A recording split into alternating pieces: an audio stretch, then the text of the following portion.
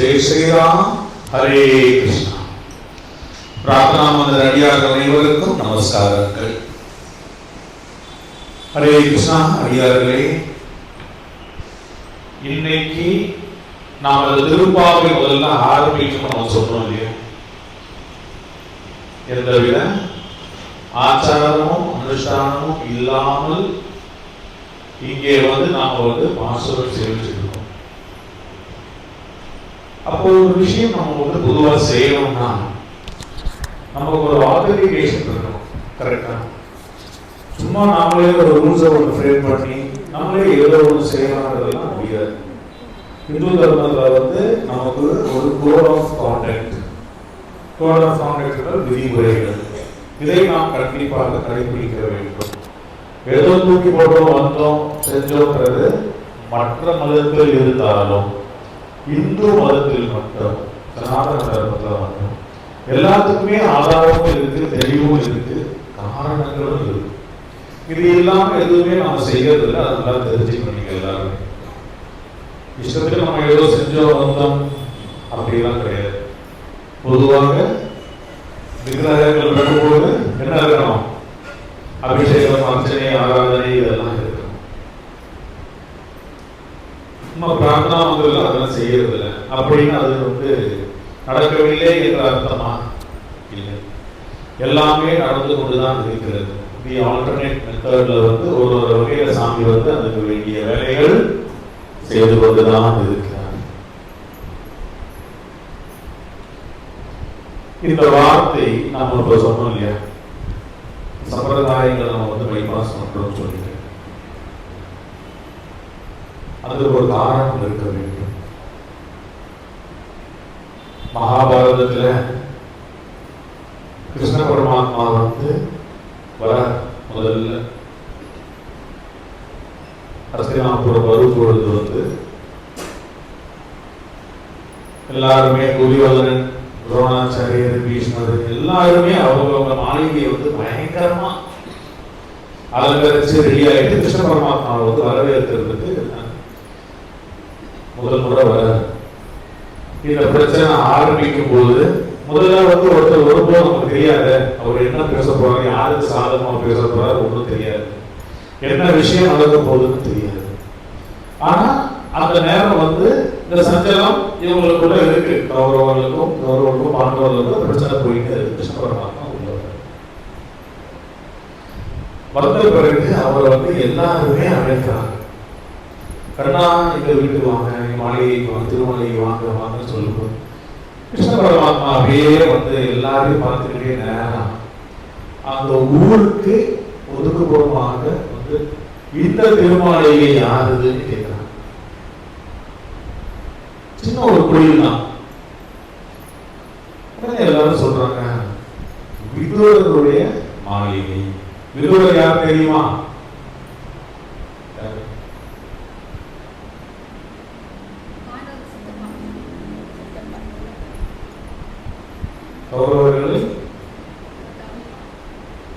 அவருடைய பிறப்பில் ஒரு குறை இருக்குன்னு சொல்லிட்டு அவங்க எல்லாரும் ஒதுக்கி வைப்பாங்க. ஆனால் எம்பெருமான் அவருடைய கிருஷ்ண பரமாத்மா அவருடைய அவதாரத்தில் கடைசி காலத்தில் விதுரர் கூட தான் ரொம்ப க்ளோஸா இருப்பார். அவ்வளவு பெரிய ஒரு அவதாரம், பக்தியின் சாராம்சம். அவ்வளவு பக்தி எம்பெருமான் கிருஷ்ண பரமாத்மாவே அவ்வளவு க்ளோஸா இருப்பார். நேரம் விதுரரோட மாளிகைக்கு போயிடுவார். புரியுதான்? அங்க உள்ள ஏறிய பிறகு அவருக்கு மரியாதைகளை முடிச்சு போஜனம் சாப்பிட்ட பிறகு மறுபடியும் அவர் சபைக்குள்ள வரும்போது எல்லாருமே கோபமா கேட்பாங்க, என்ன கிருஷ்ணா அந்த மாதிரி ஒரு இதோட வீட்டுக்கு நீ ஏன் சொல்லும் போது, பக்தியால் என்னை யார் அழைத்தாலும் அங்கு மட்டும்தான் இருப்பேன். எல்லா ஆச்சாரம், அனுஷ்டானம், சம்பிரதாயங்கள், நெறிமுறைகள் இவையெல்லாம் தவிர்த்து பைபாஸ் பண்ணி வரக்கூடிய ஒரே சக்தி நான் தான். அது என்ன யாரும் கேள்வி கேட்க பிரயோஜனமும் கிடையாது. எங்கு பக்தி முழுமையாக இருக்கோ அங்கு நான் முழுமையாக இருப்பேன். நாம் பிரார்த்தனா மந்திரில் நம் குருநாதர் உருவாக்கிய ஒரு விதம், அந்த வாக்கியம் இங்கே நிறைய இருக்கு. கிருஷ்ண பரமாத்மா ஸ்பரிசம் இங்க ரொம்ப அதிகமாக இருக்கும். வரும் வழியாக தன்னை அறியாமல் முழுமையாக இந்த பக்தியிலும் தன்னை ஈடுபடுத்திக் கொள்வது. நிறைய கோவில்கள் நீங்க ப்ரூவ் நீங்க பார்த்துருப்பீங்க. எப்படியாவது யாராவது செல்போன்ல ஏதோ ஒன்று ஓடிட்டே இருப்பாங்க, எங்கேயாவது ஒரு டைவர்ஷன் இருந்துனே இருக்கும். இங்க இது ஏன்னே தெரியல, எல்லாருமே அந்த ஒரு கவனம் சைலண்டா உட்கார்ந்தே இருக்கும். இங்க முக்கியமான விஷயமும் அதுதான். இங்கே அமர்வது விருதரும் கிருஷ்ண பரமாத்மாவும் பேசிக்கொண்டது ஒரு பெரிய புராணமே இருக்கு, தெரியவில்லை எல்லாருக்கும். அந்த வகையில விருதர் ஒரு கேள்வி கேட்பார் கிருஷ்ண பரமாத்மா கேள்வி. சரி கிருஷ்ணா, தர்மம் அதர்மம் இதெல்லாம் சொல்றேன், ஆனா பிரச்சனை வந்து பேசிக்கலா எதனால நிலத்துக்காக தகராறு வருது. தர்மம் ஒரு பக்கம் இருந்தாலும் நிலத்துக்காக தான் கடைசியா தகராறு வருது. கடைசியா ஒரு ஊர் கூட தரமாட்டேன், ஒரு பிடி மண் கூட தரமாட்டேன்னு சொல்லிதான் விரட்டி அடிக்கிறாங்க. அந்த நேரம் தான் கிருஷ்ண பரமாத்மா அங்க முழுமையாக வந்து அவருடைய பராக்கிரமத்தையும் சாதுரியத்தையும் காட்டி முழு ஆசீர்வாதத்தை மீட்டெடுத்து அனைத்தையுமே மீட்டார். தர்மம் என்ற வகையில் நாம் முதலில் நம்ம வந்து கிருஷ்ண பரமாத்மா ஒரு நமக்கு ரொம்ப க்ளோஸ் ஆகி அவரோட பக்தியில் நமக்கு வரும்போது கண்டிப்பாக நிலம் சம்பந்தமான விஷயங்களில் நமக்கு ஒரு மாற்றம் முன்னேற்றம் இருக்கும். அதை அனுபவித்து நிறைய பேருக்கு தெரியும். எப்படிலாம் தெரியாது, நாம வர வேண்டிய இடம் இல்ல நாம இருக்கிற இடம் இல்ல நம்ம வந்து அந்த இடத்துல ஏதாவது பிரச்சனை இருந்தால் படிப்படியாக அது மாறிக்கொண்டே வரும், முன்னேறி வரும். அந்த சக்தி ஸ்வரூபத்துக்கு ஒரு சாராம்சம். இந்த நிலம் சம்பந்தமான விஷயம் ஏன் இன்னைக்கு நாம் பேசணும்? அடியார்களே, நம் பிரார்த்தனா வந்து இருக்கு. நல்லடியார்கள் சிலவர்கள் நிலத்தை கொடுத்து உள்ளார்கள் எம்பெருமானுக்கு காணிக்கையாக. அந்த வகையில உங்களுக்கு எல்லாருக்கும் தெரியும், தூத்துக்குடி மாவட்டம் நாசகத்தில் நமக்கு ஒரு இடம் இருக்கு. ஒரு அடியாருடைய கைங்கரியமாக இருக்கு. சமீபத்தில் வந்து என்ன ஆச்சுன்னா, அந்த இடம் வந்து பராமரிக்க முடியல. நான் அவ்வளவு தூரம் போகவே இல்லை. குருநாதர் மறைவுக்கு அப்புறம் ஒரு ஆண்டு காலம் மேலே ஆகியும் நான் அங்க போகவும் இல்லை, அந்த இடத்தை பார்க்கவும் இல்லை. அப்படியே தான் இருக்கு. அங்கே ஒருத்தர் பார்க்கிறார் நம்ம சொல்லி இருந்தாலும் நாம வந்து நேரடியாக ஒருமுறையாக பார்க்க வேண்டும், பார்க்க முடியவில்லை. இப்போ ஒரு சின்ன ஒரு விஷயம் வந்தப்போ என்ன ஆச்சுன்னா, அந்த இடம் கொடுத்து விட்டு நம்ம பிரார்த்தனா மந்திரிக்க வந்து வளர்த்து மாற்றி விடலாம்னு ஒரு ஐடியா வந்தது. ஏன்னா என்னாலையும் பார்க்க முடியல. பேசிக்கலி எனக்கு கொஞ்சம் பிரச்சனைகள் இருக்கு. ஒரு யோசனை, அந்த யோசனை வந்தப்போ முதல்ல கிருஷ்ணா பரமாத்மாவை கேட்கும் போது சரி பதில் வந்துருச்சு. சரி பதில் வந்தது. ஒரு ஐயார் கேட்கும் போது முதல்ல சரி பதில் வரவே நான் வந்து அதுக்கு வேண்டிய வேலைகள்லாம் செய்ய ஆரம்பிச்சேன். ஒரு உதவி நமக்கு இருக்கு. அந்த உதவி மூலமாக ஒரு வார காலமாக நீங்க பாத்தீங்கன்னா திடீர்னு கொஞ்சம் வேலையில ஒரு சிரமம் இருக்கு. கார் அடிபட்டுருச்சு. வேற சின்ன சின்ன பேங்க்ல கொஞ்சம் வேலைகள் நஷ்டங்கள் ஆயிடுச்சு. சம்பந்தமே இல்லாம சாமி எப்படி ஒரே வர சொல்லுவார், எனக்கு கைகளை நீ முழுமையாக செய்தாலும் உங்களோட சகல சோகைகள் நானே பார்த்துக் கொள்வேன்னு சொல்றாரு. இதை மீட் பண்ண முடியலனால நான் பொறுமையே இருந்துட்டேன். அப்ப இந்த அமாவாசை அப்புறம் பூஜை செய்யும் போது மறுபடியும் கிருஷ்ண பரமாத்மா வந்து இதே கோரிக்கையை வச்சு, சம்பந்தமே இல்லாம ஏகப்பட்ட செலவு வைக்கிறீங்களே, என்ன கஷ்டம் ஒண்ணுமே புரியலையே சாமி சொல்லும் போது அந்த இடத்த மறுபடியும் காமிச்சேன். குருநாதருடைய வாக்கியம் நினைவுக்கு வந்தது. நாசரேத் என்னும் ஊரை நரசிங்கபுரமாக மாற்ற வேண்டும் என்று குருநாதர் அங்கே பல அடியார்களை அழைத்து சென்று அங்கே பூஜை செய்து, இதுல முக்கியமான விஷயம் என்னன்னா, ஒரு முறை வரும்போது ஆழ்வார் திருநகரில பெருமாள் கையில ஒரு உபன்யாசம் வைக்கலாம் பிளான் பண்ணி, நிறைய அடியார்கள் வந்துள்ளார்கள். இந்த போயிட்டு ஒரு சொற்பொழிவு ஒன்று வச்சு இது செய்யலாம்னு சொல்லிட்டு, அப்பொழுது நான் சொல்லியிருந்த அப்பா கையில அப்படியே இவ்வளவு அடியார்களை வச்சு நம்ம நாசகத்துக்கு ஒரு பூஜை பண்ணிடலாமா, பூஜை பண்ணிடலாம். அங்க அடியார்கள்லாம் அங்க இருந்து நம்ம அன்னதானம்லாம் சாப்பிட்டு பக்கத்துல அன்னதானம் கொடுக்கலாம், பிரார்த்தனை மந்திரம் பண்ற மாதிரியே பண்ணலாம்னு சொன்னப்போ, நீ ஏற்பாடு பண்ணுவியான்னு பண்ணிடலாமான்னு சொல்லிட்டு, அங்க நம்ம ஒரு அண்ணா ஒருத்தர் இருக்காரு, அவர் மூலமா ஷாமியானா போட்டு சேர் போட்டு ரொம்ப அருமையா ஏற்பாடு பண்ணியிருந்தோம். வந்தவங்கெல்லாம் தெரியும்.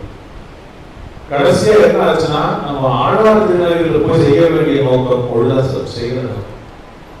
அந்த சாமி தரிசனம் பண்ண முடியல, பஸ் எல்லாம் லேட் ஆயிடுச்சு, எல்லாம் முடிஞ்சு நம்ம கிருஷ்ண பரமாத்மாவோட இடத்துல ரொம்ப விமர்சையாக ரொம்ப அருமையா நம்ம பஜனை எல்லாம் பாடி நல்ல பிரசாதம் சாப்பிட்டு ரொம்ப சந்தோஷமா திரும்பி வந்தோம். அந்த இடத்துல அப்படி எவ்வளவு அழகா அமைஞ்சது. இதையெல்லாம் நான் மறந்துட்டு நான் பாட்டுக்கு அடுத்த வேலைக்கு சரி இவ்வளவு போக முடியல, அடுத்து என்ன இம்ப்ரூவ்மெண்ட் பண்ணலாம்ன்றதுக்காக ஒரு சாமியோட வேலைக்காக தான் தவிர நான் யோசிச்சேன். அப்பொழுதுதான் குருநாதருடைய சில வாக்கியங்கள் நினைவுக்கு வந்தது. இவ்வளவு பாடுபட்டு ஒரு அடியார் அவங்களுடைய அவ்வளவு பெரிய பொக்கிஷத்தை எம்பெருமான் கிருஷ்ண பரமாத்மாவுக்கு கொடுத்து விட்டு, சின்ன ஒரு யோசனை குறைவால் நீ செய்த வேலைக்கு உனக்கு ஏற்படுத்த நஷ்டம் என்ன? உன்னை அமர வைத்திருக்கும் ஸ்தானத்தில் இருந்து கொண்டு நீ எடுக்கும் முடிவா இது? கிருஷ்ண பரமாத்மாவிடம் நிலம் சம்பந்தமாக என்ன விளையாட்டு விளையாடினாலும் அவர் ஒரு ட்ரெய்லர் தான் காமிச்சார், ட்ரெய்லர் ஒரு சின்ன வீடு தான் காமிச்சாரு, போதும் ஆயிடுச்சு. மறுபடியும்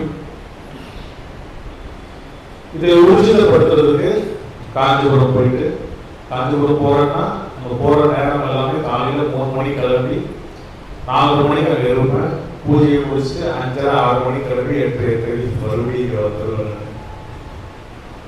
அங்கே இருக்கும் பொழுது வந்த பதில், ஒரு அடியா முழுமையாக சமர்ப்பணம் செய்த இடத்தை ஒன்றுமே நீ பார்க்க வேண்டாம், முழுமையாக நானே பார்த்துக் கொள்வேன். இந்த இடத்தை நீ என்ன பார்த்துக்கிறேன்னா உனக்கு என்ன தெரியும்? எல்லாமே என் ஆணை பிரகாரம் என் இச்சை பிரகாரம் நடந்து கொண்டிருக்கும் ஒரு மந்திரம், ஒரு மேஜிக் ஷோ இது சாமி சொல்றார். எதுவுமே நீங்கள் யாரும் செய்வதில்லை, நீங்கள் அனைவரும் ஒரு ஏதுவாக கருவியாக மட்டும்தான் இருக்கிறீர்கள். நல்லா யோசிச்சு பாருங்க. நம்ம தெரிஞ்சு ஒரு 1500 சாப்பாடு கிட்ட அதெல்லாம் நம்ம பேக்கெட் பண்றோம். மொத்தமே ஒரு 10-12 பேர் தான் அதை செய்யணும். காலையில 4-5 பிள்ளைங்க தான் செய்யறாங்க. எப்படி செய்யப்படுது? அதுவாக தானா நடந்தது. எங்களை வச்சுக்கிட்டு அது சக்தி வேலை செய்யும் போலதான் தெரியுது எங்களுக்கு. உப்பு புளி காரம் சோறு எதுவுமே இன்னைய வரைக்கும் நாங்க பார்த்தது அது பார்த்து தானா நடக்குது. அவ்வளவு பெரிய சக்தி இங்க இருந்து மறுபடியும் ஊர்ஜிதப்படுத்தி அந்த இடம் எனக்கு கொடுத்த இடம் எனக்கு மட்டுமே இருக்கும், எக்காரணம் கொண்டு மாற்ற முடியாது. ஆனால் எம்பெருமானுக்கு சமர்ப்பித்த இடம் எம்பெருமானுக்கு மட்டுமே என்று அதை பாதுகாக்கும் நாங்கள் உறுதி தர வேண்டும். அதற்கு உண்டான சட்டத்திற்கான வேலையும் செய்து வைத்திருக்க வேண்டும். இல்லையே தண்டனை மிக கடினமாக இருக்கும் என்று அங்க வந்த வாக்கியம். திருப்பி வந்த மறுபடியும் போன் அடிச்சேன், எல்லாமே கேன்சல் பண்ணிட்டு அந்த இடம் அங்கேயே இருக்கட்டும், மறுபடியும் அடியாரோட பூஜை பண்ணி மறுபடியும் ஆரம்பிச்சுன்னு சொல்லிட்டு வாக்குறுதி மறுபடியும் கொடுத்துட்டேன். ஏன் இங்க சொல்றேன்னா, நிலம் சம்பந்தமான விஷயமாக கிருஷ்ண பரமாத்மாவிடம் யாரெல்லாம் ஏதேனும் வாக்கு கொடுத்திருந்தால், நாம் ஒரு கட்டிடம் கட்ட வேண்டும், இல்ல ஒரு இடம் வாங்க வேண்டும், ஒரு வாடகைக்கு போக வேண்டும், இந்த மாதிரி நிலம் சம்பந்தமாக ஏதாவது வாக்குறுதி கொடுத்திருந்தால் அதை கண்டிப்பாக கடைபிடிக்க வேண்டும். நாம நினைச்சுப்போம் முடிஞ்ச பிறகு பார்த்துக்கலாம், எல்லாரையும் பார்க்கலாம். எங்கேயோ ஒரு பரஸ்பரம் நடந்து கொண்டே இருக்கும். அது அந்த இடத்துல பதில் வந்து அடியார்களே வேற யார் மூலமாகவும் வராது. நமக்கு நேரடியாக மட்டும்தான் சில நிமித்தங்கள் மூலமாக கிருஷ்ண பரமாத்மா செய்திருக்கிறார். ஏனென்றால் நான் கொடுத்த வாக்குறுதிக்கு அவர் வந்து மறுபடியும் பதில் சொல்ல மாட்டார். குருநாதர் கொடுத்த வாக்குறுதியை கொஞ்சம் மீற பார்த்தேன் அப்படின்னா அடி அந்த மாதிரி வேற வகையான எல்லாமே. ஏன் அதை இங்கே சொல்லி எம்பெருமானிடம் மன்னிப்பு கேட்கிறேன் என்றால், அடியார்களை விட பெரிய சொத்து எம்பெருமானுக்கு கிடையாது. உங்கள் முன்னே அதை சொல்லி எம்பெருமானிடம் மன்னிப்பு கேட்கும் பொழுது மன்னிப்பேன் என்று அடுத்த சனமே இருந்துவிடும். ஆகவே அந்த விதுரரோட கதையை நல்லா மனசுல வச்சு எம்பெருமான் கிருஷ்ண பரமாத்மாவிடம் நாம் அணுக வேண்டும், அவருடன் கூடவே இருக்க வேண்டும் என்றால் எந்த ஆச்சாரமும் அனுஷ்டானமும் எல்லாம் கடைபிடிக்க வேண்டிய அவசியம் இல்லை. குரு உபதேசம் குருநாதர் மூலமாக நாம் ஒருவரை குருவாக வைத்து விட்டோம். அந்த குரு வழியாக நமக்கு வந்த வாக்குறுதிகள், சொற்பொழிவுகள், வாக்கியங்கள், இதை கடைபிடித்து நாம் வாழ்க்கையில் சென்று கொண்டே இருக்கலாம். இத்தனை முறை ஜெபிக்க வேண்டும். கோவிந்த நாமத்தை எப்ப ஜெபிச்சாலும் ஜெபிச்சது 6 முறை என்றது பிரார்த்தனா மந்திரில் முடிந்தவரை 6 முறை. ஆனால் பொதுவாக ஒரு சனாதன தர்மத்தில் இருக்கும் இந்துவாக பிறந்தனா 16 முறையாவது ஒரு நாளைக்கு ஜெபிக்க வேண்டும். 16 முறை கண்டிப்பா ஜெபிக்கணும். இன்னைக்கு இருக்கும் காலகட்டத்தில் 16 முறை ஜெபிக்க வேண்டும் என்றால் வேற எந்த வேலையும் நம்ம பெரிதாக செய்ய முடியாது. ஆகையால் நம்ம வந்து இங்கே அந்த 6 முறையாவது ஜெபிக்க வேண்டும் என்ற ஒரு கட்டாயம் ஏற்படுத்தி கொண்டுள்ளோம். அந்த 6 முறை நம்ம ஜெபிக்க நீங்க பாத்தீங்கன்னா அதுக்கு உண்டான நேரமும் காலமும் நமக்கு சாமி அமைச்சு கொடுத்தே கொடுக்கணும். அப்படியே நம்ம கொஞ்சம் இன்க்ரீஸ் பண்ணுவோம். இன்க்ரீஸ் பண்ணும்போது ஒரு வாக்கு அது எங்கிருந்து நமக்கு உபதேசம் கிடைக்கிறதோ அது கேட்டுக்கொண்டு நாம் ஏற்றுக்கொள்ளலாம். நாம மாற்ற வேண்டிய அவசியம் இல்லை. ஒரு டோசேஜ் நமக்கு இருக்குன்னா அந்த டோசேஜ் நம்ம ஃபாலோ பண்ணிட்டே போயிடலாம். அதை மாற்ற அவசியம் நமக்கு இருக்காது. தேவைப்பட்டால் எம்பெருமானை நேரடியாக மாற்றி விடுவாங்க. இன்னைக்கு அடியார்கள் முன்னையில் மறுபடியும் ஒரு சத்திய வாக்கு கிருஷ்ண பரமாத்மாவின் முன்னிலையில் எங்கள் குடும்பமாக நாங்கள் வர விரும்புவது என்ன என்றால், அடியார்களே எம்பெருமானுக்கு நிர்ணயிக்கப்பட்ட இடங்கள், அவருக்காக சமர்ப்பித்த இடங்கள், நிலங்கள் அனைத்தும் கிருஷ்ண பரமாத்மாவுக்கு சொந்தம். அதற்கு ஏக அதிபதி எம்பெருமான் கிருஷ்ண பரமாத்மா மட்டுமே. அவருக்கு கீழே வேலை செய்யும் நாம் அனைவரும் அடியார்களாக நாம் அனைவரும் அதை பாதுகாத்து அதை மேலும் வளர்க்க வேண்டும் என்று நாம் அனைவரும் உறுதி கூற வேண்டும்.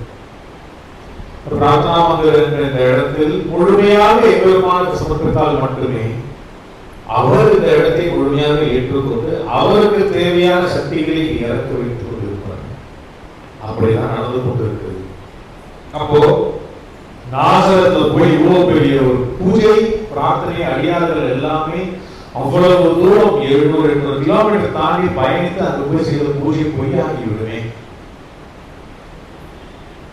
சாமிகளை கேட்ட முதல் சரி சொல்லிட்டார். ஆன்மீகத்துல சாமி சொன்னது ஒரே விஷயம், இங்கே அமர்ந்தால் வரும் வாக்கியங்களுக்கு மறுபடியும் யோசனை உனக்கு இருக்க வேண்டும். ஒரு அடியாரின் வாழ்க்கையில் நாம் இருக்கும் பொழுது எப்படி வழக்காடும் பொழுது ஒருவர் வாழ்க்கையை வைத்து விளையாடி கொண்டிருக்கிறோம். அதை நாம் எவ்வளவு கவனம் செலுத்துகிறோமோ அதே கவனம் இருக்க வேண்டும். அலட்சியம் இருக்கக்கூடாது. இதை எல்லோரும் நிரூபித்து காட்டினார். இந்த 1 வார காலத்தில் இதை நிரூபித்து காட்டினார்.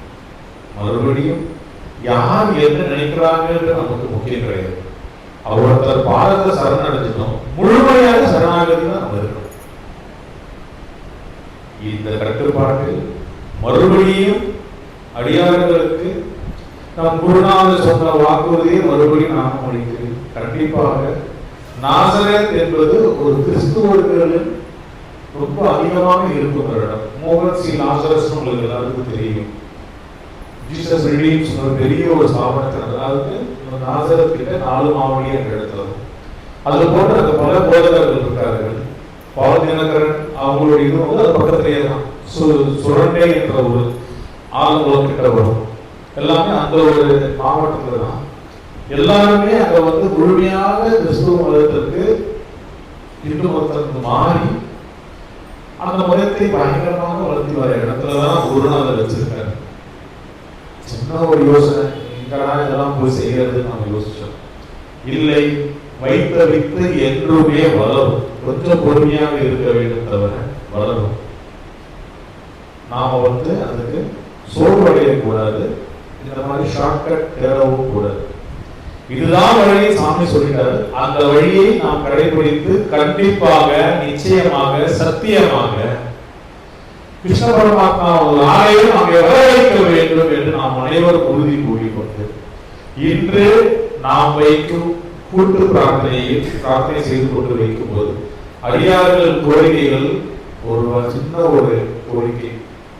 கிருஷ்ணா, அந்த ஒரு அடியார், ஒரு நல்லடியார் குடும்பமாக கொடுத்த அந்த இடத்தை அவர்கள் என்ன காரணத்துக்காக கொடுத்தார்களோ அவர்கள் வம்சம் செழிக்க செழிக்க செழிக்க அந்த இடத்தில் உன் அருளால் கண்டிப்பாக ஒரு கிருஷ்ணன் ஆலயம் வர வேண்டும் என்று அனைவரும் ஒரு கோரிக்கை வைக்க வேண்டும் என்று தாழ்மையை கேட்டுக்கொண்டு கூட்டு பிரார்த்தனைக்கு செல்வோம். கிருஷ்ணா. ஹரே கிருஷ்ணா. அடுத்து நாம் கூட்டு பிரார்த்தனை